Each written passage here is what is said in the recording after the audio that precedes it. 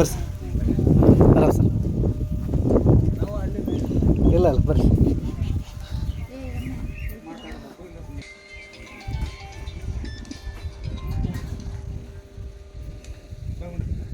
ಬರ್ರಿ ಅಕ್ಕ.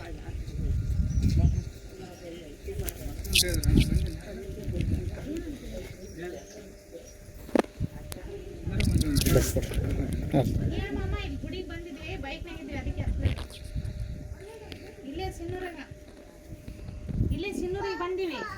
ಇಲ್ಲೇ ಬಾ ಇಲ್ಲ ಬಾ. ವೇದಿಕೆಗೆ ಆಗಮಿಸ್ಬೇಕಂತೇಳಿ ತಮ್ಮಲ್ಲಿ ವಿನಿಸ್ಕೊಳ್ತಾ ಇದ್ದೀನಿ. ಚಪ್ಪಾಳೆ ಬರಲಿ.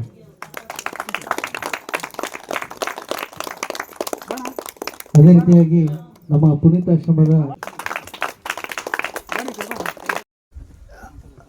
ಎಲ್ಲರಿಗೂ ಮೊದಲು ನಮ್ಮ ತನುಷನ್ ಬರ್ತ್ಡೇ ಸಲುವಾಗಿ ಬಂದಿದ್ವಿ. ನಮ್ಗೆ ಮಾತಾಡೋಕೆ ಅಷ್ಟೇನು ಗೊತ್ತಿಲ್ಲ ಸರ್.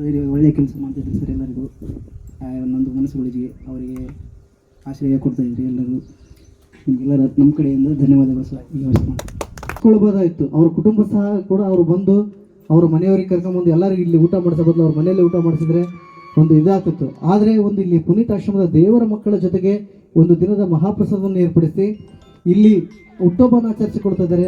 ಅದ್ರ ಬಗ್ಗೆ ಒಂದೆರಡು ಎಲ್ಲರಿಗೂ ಧನ್ಯವಾದಗಳು. ಮತ್ತು ಹ್ಯಾಪಿ ಬರ್ಡೇ ಮಗನೇ.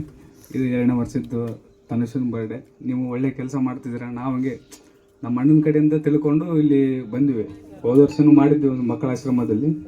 ಅದೇ ಥರ ನಮ್ಮ ಅಣ್ಣನವ್ರು ಹೇಳಿದ್ರು, ಚನ್ನಬಸವಣ್ಣ ಅಂತ ನಮ್ಗೆ ಗೊತ್ತಿರುತ್ತೆ, ಅವ್ರ ಕಡೆಯಿಂದ ಇಲ್ಲಿ ಚಲೋ ಐತೆ ಅಂತ ಹೇಳಿದ್ರು. ಹಂಗಾಗಿ ಬರ್ಡೇ ಸತಿ ಇಲ್ಲಿ ಮಾಡೋಣ ಅಂತೇಳಿ ನಮ್ಮ ಮಿಸ್ಸಸ್ಸನ್ನು ಹೇಳಿದ್ರು ಹಿಂಗೆ ಮಾಡೋಣ ಅಂತೇಳಿ. ಎಲ್ಲರ ಕಡೆಯಿಂದ ಬಂದಿದ್ದೀವಿ. ಎಲ್ಲರಿಗೂ ಧನ್ಯವಾದಗಳು. ಯಾಕಂದರೆ ಹಸಿದವರಿಗೆ ಒಂದು ಊಟ ಹಾಕುವುದರ ಮೂಲಕ ಮುಂದಿನ ಕಾಲದಲ್ಲಿ ಕೂಡ ಹಸಿ ನೀಗಿಸುವಂಥ ಒಂದು ಕೆಲಸ ಮಾಡ್ತಾ ಇದ್ದಾರೆ. ಅವರಿಗೆ ಕೂಡ ನಾನು, ಅವರ ಕುಟುಂಬದವರಿಗೆ ಕೂಡ ನಾನು ಹೃದಯಪೂರ್ವಕವಾಗಿ ಧನ್ಯವಾದಗಳನ್ನು ಸಲ್ಲಿಸ್ತಾ ಇದ್ದೀನಿ. ಪುನೀತಾಶ್ರಮದ ದೇವರ ಮಕ್ಕಳ ಪರವಾಗಿ ನಿಮ್ಮ ಕುಟುಂಬದವರಿಗೆ ಕೂಡ ನಾನು ಹೃದಯಪೂರ್ವಕವಾಗಿ ಧನ್ಯವಾದ ಸಲ್ಲಿಸ್ತಾ ಇದ್ದೀನಿ. ಓಂ ಶರಣ ಶರಣಾರ್ಥಿ.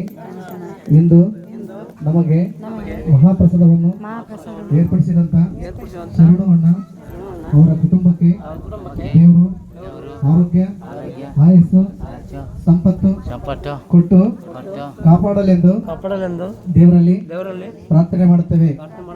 ಅನ್ನದಾತು ಸುಖಿ ಭವ, ಅನ್ನದಾತು ಸುಖಿ ಭವ.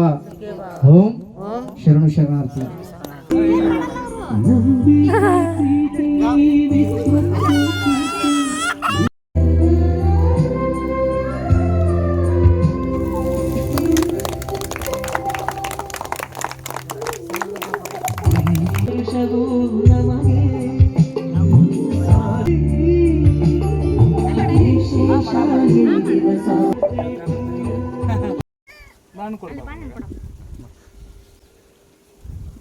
ಲಕ್ಷ್ಮಮ್ಮ ಕಣ್ ಕಾಣಲ್ಲ.